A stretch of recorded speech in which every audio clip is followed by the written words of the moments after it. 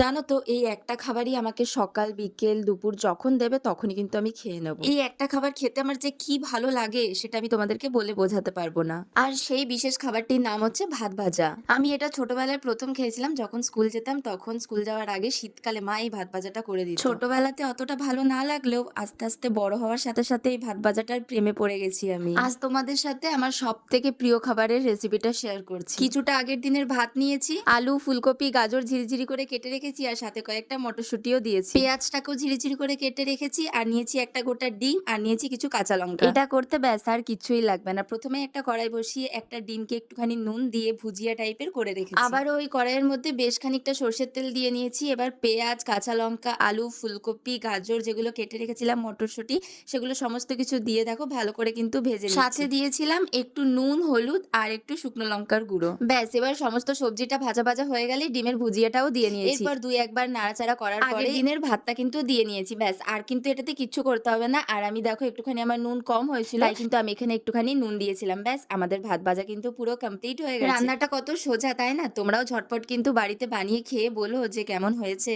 এই শীতকালের দুপুরে গরম গরম ভাত ভাজা হলে কিন্তু আমার আর কিচ্ছুই লাগে না। আর এই আজকের সিম্পল রান্নাটি তোমাদের কেমন লাগলো সেটা কিন্তু অবশ্যই কমেন্ট করে জানিও। আর যদি তোমাদের ভালো লেগে থাকে তো like, comment, share and subscribe করে দিও চ্যানেলটাকে। আর এরপর তোমরা কোন রান্নার ভিডিও দেখতে চাও অবশ্যই আমাকে কমেন্ট করে জানিও। আমি চেষ্টা করব সেই রান্নাগুলো তোমাদের সাথে শেয়ার করার। তো চলো আজকের মতো এই পর্যন্তই। সবাই ভালো থেকো, সুস্থ থেকো। দেখা হচ্ছে নেক্সট ভিডিওতে। টাটা।